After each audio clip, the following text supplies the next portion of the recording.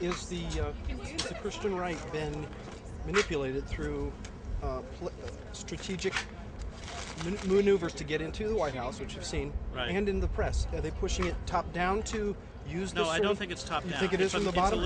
I think the Christian right is a response to the personal and economic despair of many Americans who have been completely disenfranchised by the two main parties, Republican and Democrat, and that they have been pushed into a non-reality based belief system, a system of belief that includes magic, a belief that God intervenes on a daily basis in their life, and I think it's because the real world doesn't work for them. And let me also be clear that much of my own family comes not only out of the lower working class, but many of my own family members can be considered members of the Christian right. That my assault against the movement is not against those members who I think are being manipulated and used by a demagogic leadership, people like Pat Robertson,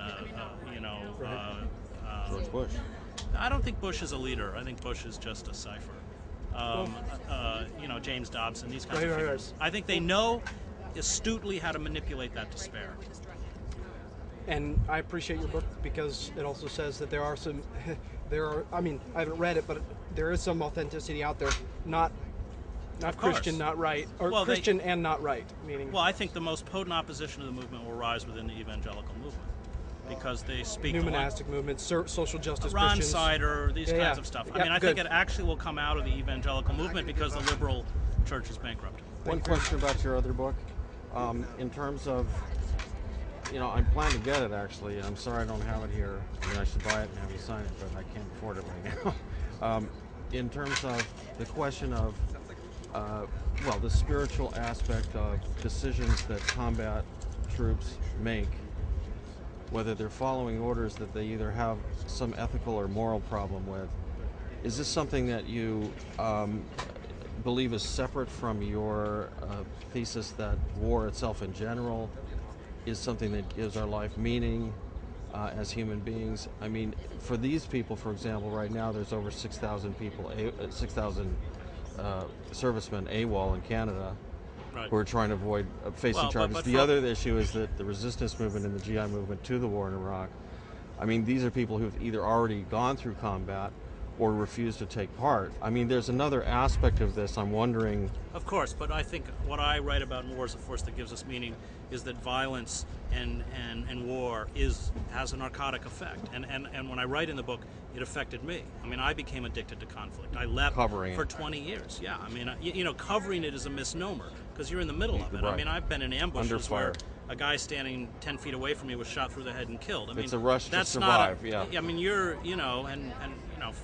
mean, many of the colleagues I worked with were killed. I mean, so the notion that you're somehow a neutral observer who's not touched by war when you're actually out covering conflict is a misnomer, and many war photographers and war correspondents suffer post-traumatic stress disorder in levels equal to combat troops. So, but I think the notion is that it's a narcotic and that it's addictive. Okay, and that it's possible to hate war and yet be completely addicted to the lifestyle of war. And I think for many years that. But if you see so many post-traumatic stress cases, which are actually not so much necessarily over combat itself, shell shock and the horror of it, but also because of being either asked or demanded to follow orders that they're absolutely not comfortable with. I mean, this is what the Nuremberg Code really was about, in a general way. Well, in wartime, physical courage is something that you see. Moral courage is very, very rare because it means thrusting yourself outside of the group.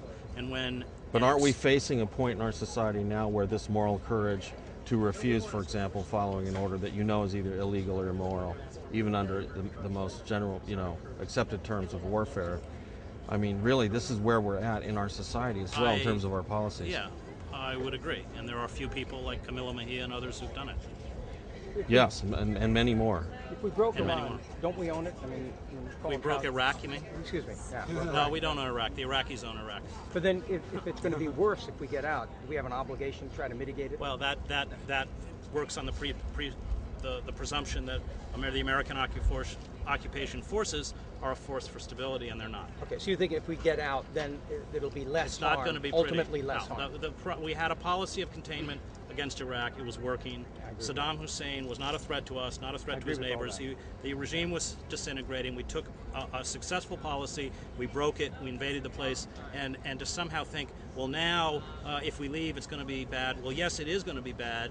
But it won't be as bad as us staying. Is that your point? It's not going to get better with us staying. Okay. So in other words, the overall harm would be worse with us staying. In other words, it'd be worse if we stay. We've unleashed centrifugal forces of death in Iraq that are going to play out to the end, and there's no way we can stop them. Okay. All right. Are we not arming those forces? And we are arming them.